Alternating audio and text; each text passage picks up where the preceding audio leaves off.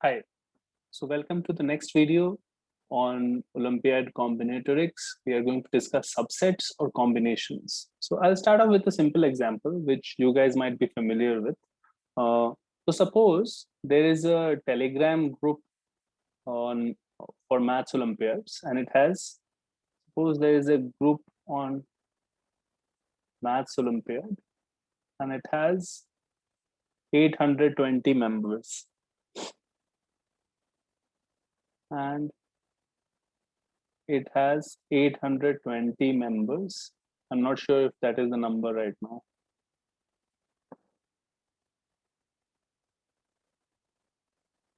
Correct. The group wants to select 3 people as admins. The group wants to select 3 people as admins.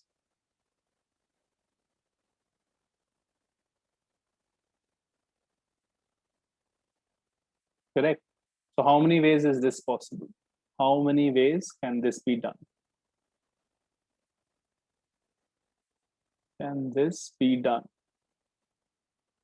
How do we solve this question? So I will first outline an approach that is wrong actually.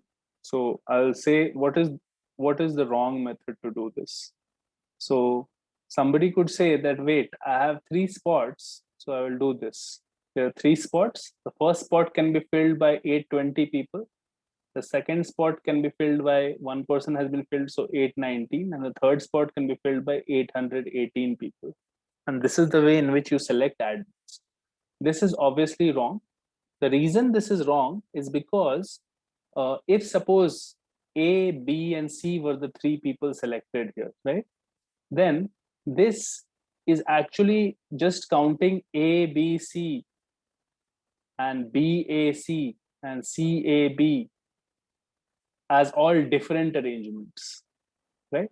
It will also count A, C, B and basically what are the other options? B, C, A and finally one option C, B, A, right?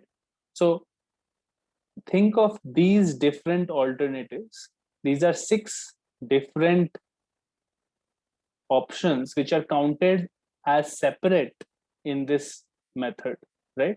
Because first person could have been C and second person could have been B and third person could have been A.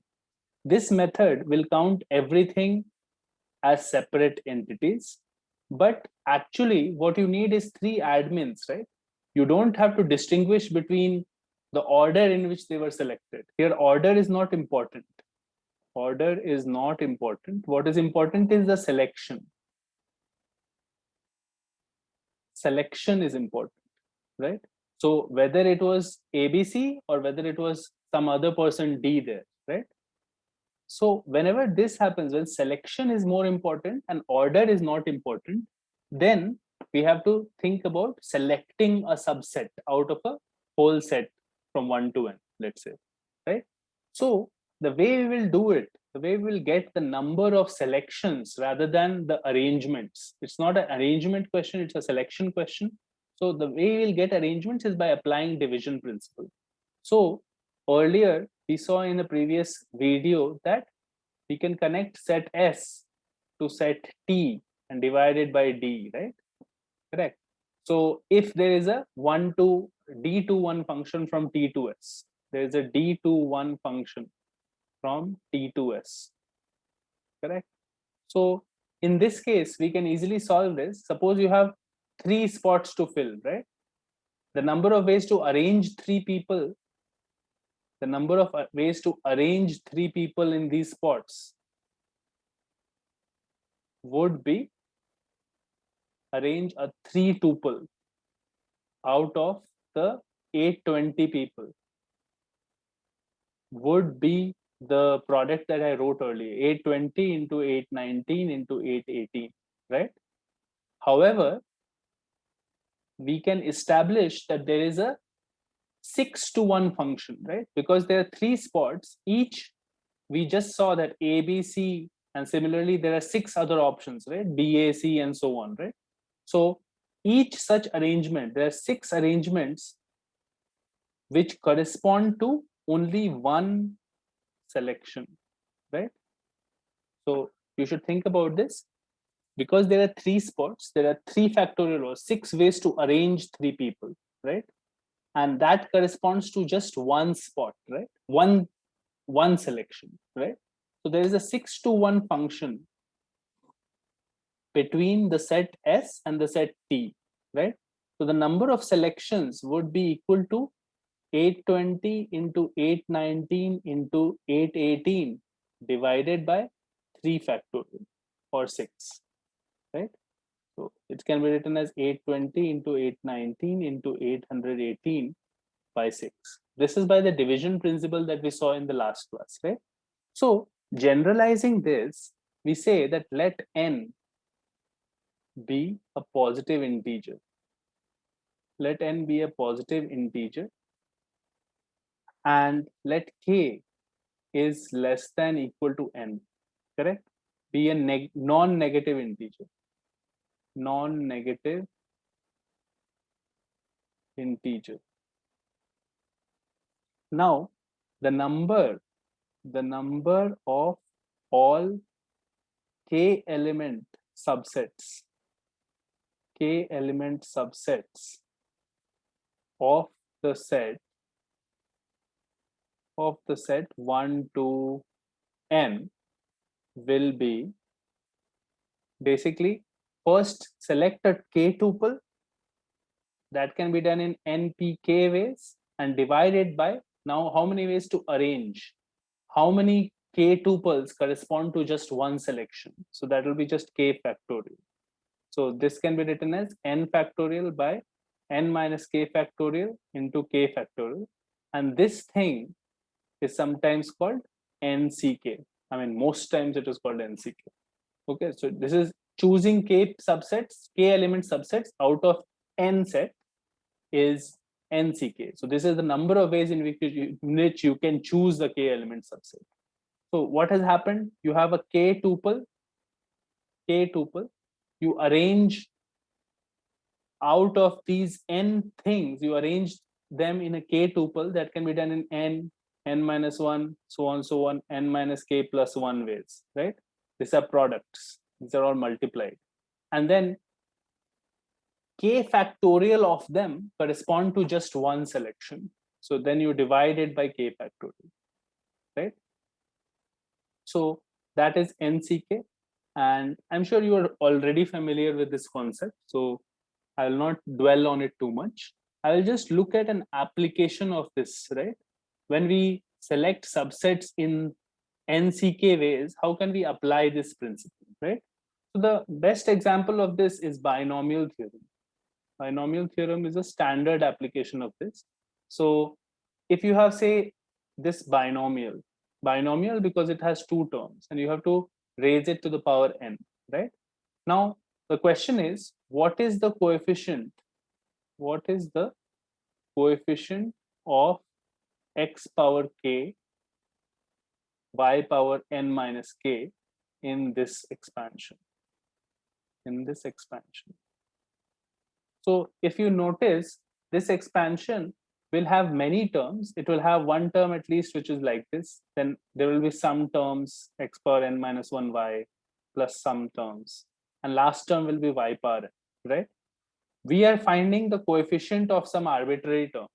So some term with the powers x power k and y power n minus k, we want to find the coefficient. So think of this binomial theorem thing as a product of so many n factors, right?